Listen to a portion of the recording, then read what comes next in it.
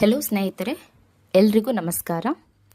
ಇವತ್ತಿನ ವಿಡಿಯೋದಲ್ಲಿ ನಾವು ರಾಗಿ ರೊಟ್ಟಿ ಹೇಗೆ ಮಾಡೋದು ಅಂತ ನೋಡೋಣ ಬನ್ನಿ. ಹಾಗೆ ಯಾರೆಲ್ಲ ನನ್ನ ಚಾನಲ್ನ ಸಬ್ಸ್ಕ್ರೈಬ್ ಮಾಡಿಲ್ಲ, ಸಬ್ಸ್ಕ್ರೈಬ್ ಮಾಡಿ, ಲೈಕ್ ಮಾಡಿ, ನಿಮ್ಮ ಫ್ರೆಂಡ್ಸ್ಗಳಿಗೂ ಕೂಡ ಈ ವಿಡಿಯೋವನ್ನು ಶೇರ್ ಮಾಡಿ. ಇಲ್ಲಿ ಮೊದಲಿಗೆ ನಾನು 2 ಕಪ್ ರಾಗಿ ಹಿಟ್ಟನ್ನ ತೊಗೊತಾ ಇದ್ದೀನಿ. ಹಾಗೆ 2 ಮೀಡಿಯಮ್ ಸೈಜ್ ಈರುಳ್ಳಿನ ತಗೊಂಡು ಸಣ್ಣದಾಗಿ ಕಟ್ ಮಾಡ್ಕೊಂಡಿದ್ದೀನಿ. ಈಗ ಅದನ್ನು ಹಾಕ್ತಾ ಇದ್ದೀನಿ.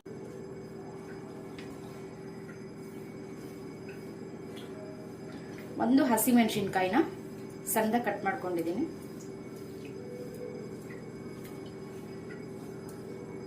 ಹಾಗೆ 1 ಕ್ಯಾರೆಟ್ ತಗೊಂಡು ತುರ್ಕೊಂಡಿದ್ದೀನಿ.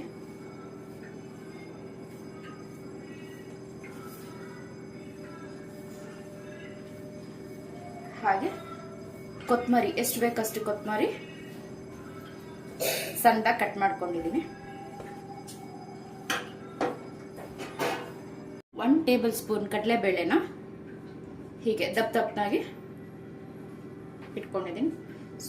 ದೊಡ್ಡ ಸ್ಪೂನ್ ತಗೊಂಡಿದ್ದೀನಿ ನಾನು. ಹಾಗೆ ರುಚಿಗೆ ತಕ್ಕಷ್ಟು ಉಪ್ಪು ಕೆಲವರು ಜಾಸ್ತಿ ತಿಂತಾರೆ, ಕೆಲವರು ಕಡಿಮೆ ತಿಂತಾರೆ, ನೋಡಿ ಹಾಕೋಬೇಕು ಉಪ್ಪು. ಹಾಗೆ ಎಣ್ಣೆ, ಇದು ನಾವೇ ಮಾಡಿಸಿರುವಂಥ ಎಣ್ಣೆ.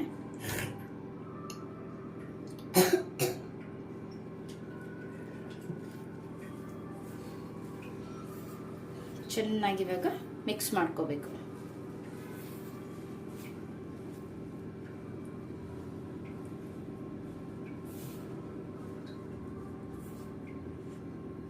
ಸ್ವಲ್ಪ ನೀರು ತಗೊಂಡು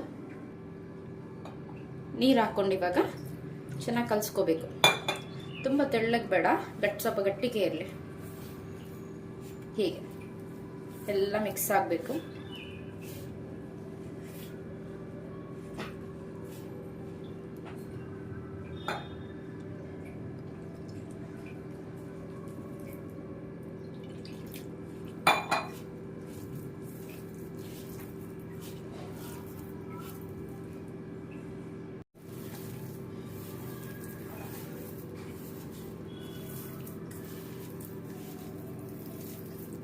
ಹೀಗೆ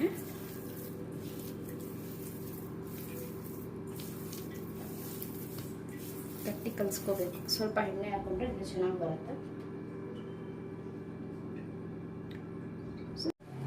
ಸೊ ಹೀಗೆ ಕಲಸಿಟ್ಕೋಬೇಕು.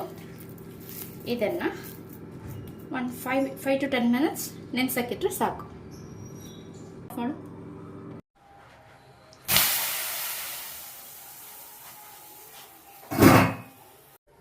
ಒಬ್ಬಟ್ಟಿನ ಶೀಟ್ ಇದು ಎಲ್ಲ ಪ್ರಾವಿಷನ್ ಸ್ಟೋರಲ್ಲಿನೂ ಸಿಗುತ್ತೆ. ಹಾಗೆ ಪಕ್ಕದಲ್ಲಿ ಕಬ್ಬಿಣದ ಹೆಂಚನ್ನ ಹೀಟ್ ಆಗಕ್ಕೆ ಇಟ್ಟಿದ್ದೀವಿ. ಅದ್ರ ಮೇಲೆ ಸ್ವಲ್ಪ ಎಣ್ಣೆ ಹಾಕಿರೋಣ. ಹೆಂಚಿಗೆ ಎಣ್ಣೆ ಇಡಿದ್ರೆ ಚೆನ್ನಾಗಿರುತ್ತೆ.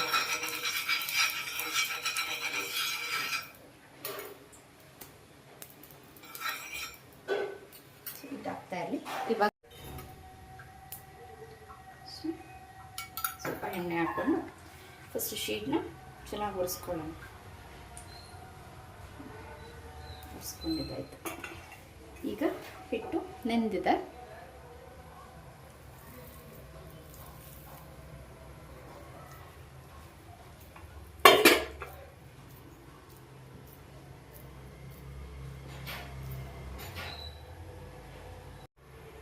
ಹಿಟ್ಟು ತಗೊಂಡು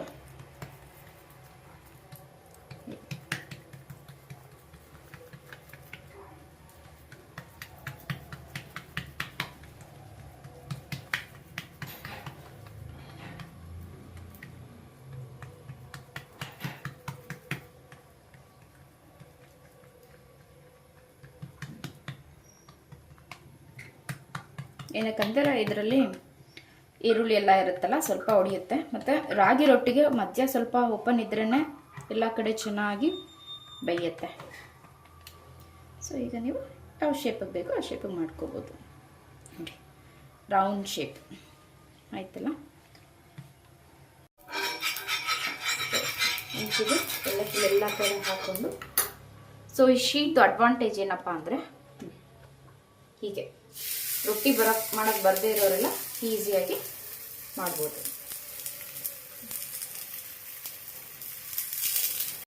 ಒಂದು ನಿಮಿಷ ಆಗಿದೆ ನೋಡಿ. ಈಗ ಸ್ವಲ್ಪ ಎಣ್ಣೆ ಹಾಕ್ಬಿಟ್ಟು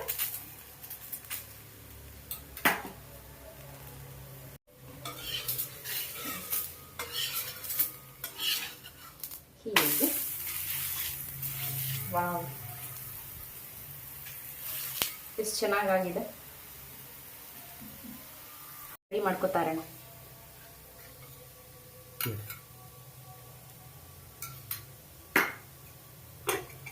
ಹೀಗೆ ಸ್ವಲ್ಪ ಹಿಟ್ಟು ತಗೊಂಡು ಆವಾಗಲೇ ಥರ ಉಂಡೆ ಮಾಡಿಕೊಂಡು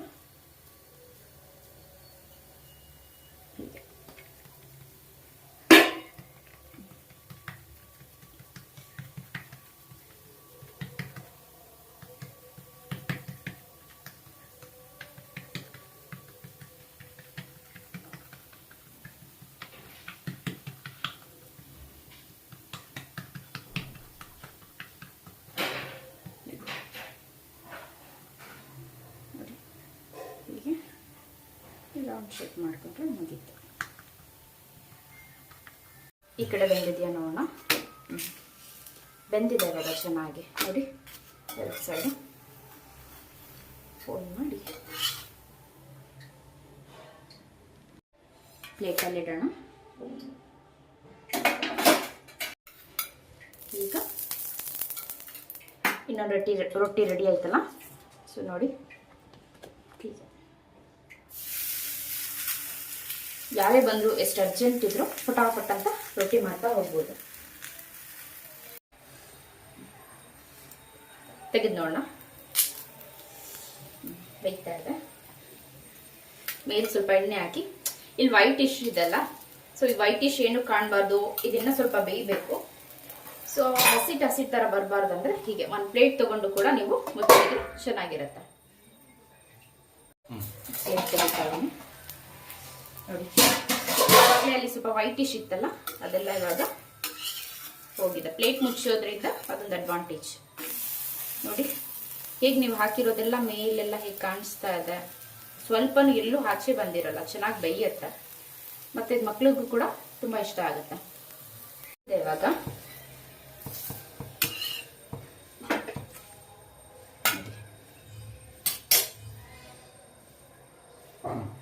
ರಾಗಿ ರೊಟ್ಟಿ ಜೊತೆ ಈಗ ಟೊಮೆಟೊ ಚಟ್ನಿ ಹಾಕ್ತಾ ಇದ್ದೀನಿ. ನೆಕ್ಸ್ಟ್ ವಿಡಿಯೋಲಿ ಟೊಮೆಟೊ ಚಟ್ನಿ ಹೇಗೆ ಮಾಡಬೇಕು ಅಂತ ತೋರಿಸ್ಕೊಡ್ತೇನೆ.